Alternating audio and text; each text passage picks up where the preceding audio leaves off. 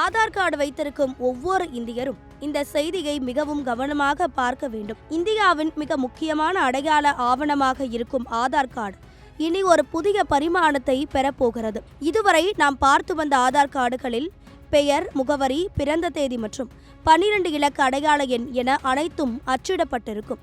ஆனால் இனிமேல் அப்படி இருக்காது.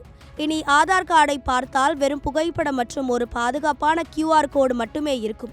இந்த மாற்றத்திற்கு பின்னால் ஒரு பெரிய பாதுகாப்பு காரணம் இருக்கிறது. ஹோட்டல்கள், தனியார் நிறுவனங்கள் என பல இடங்களிலும் நாம் ஆதார் கார்டு ஜெராக்ஸ் நகல்களை கொடுக்கிறோம். இதனால் நம்முடைய தனிப்பட்ட தகவல்கள் தவறாக பயன்படுத்தப்படுவது அல்லது தரவு கசிவு போன்ற பிரச்சனைகள் தொடர்ந்து வந்தன. இதை தடுப்பதற்காக ஆதார் விஷன் 2032 என்ற திட்டத்தின் கீழ் UIDAI இந்த அதிரடி மாற்றத்தை அறிவித்துள்ளது. இனி உங்கள் ஆதார் கார்டில் பெயர், அட்ரஸ், ஆதார் நம்பர் என எதுவுமே நேரடியாகவோ வெளிவராது. இதனால் யாருடைய கையில் உங்கள் ஆதார் கார்டு சிக்கினாலும் அவர்கள் உங்கள் ரகசிய தகவல்களை திருட முடியாது. அப்படியானால் தகவல்கள் எப்படி தெரியும் என்று நீங்கள் கேட்கலாம்.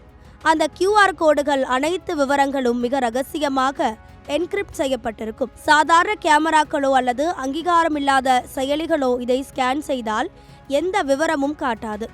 அரசாங்கம் அங்கீகரித்த பிரத்யேக ஸ்கேனர்கள் அல்லது அதிகாரப்பூர்வமான செயலிகள் மூலம் மட்டுமே உங்கள் அனுமதியுடன் அந்த தகவல்களை தெரிந்து கொள்ள முடியும்.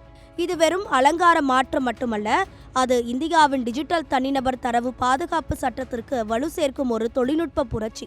டிசம்பர் மாதம் முதல் இந்த புதிய ஆதார் கார்டுகள் முழுமையாக நடைமுறைக்கு வரும் என்று எதிர்பார்க்கப்படுகிறது. சுருக்கமாக சொன்னால், இனி உங்கள் கையில் இருக்கும் அடையாள அட்டை உங்கள் அனுமதியுடன் மட்டுமே செயல்படும் ஒரு பாதுகாப்பான டிஜிட்டல் சாவியாக மாறப்போகிறது. இந்த புதிய மாற்றம் உங்களுக்கு பயனுள்ளதாக இருக்குமா அல்லது இது சிரமமாக இருக்குமா?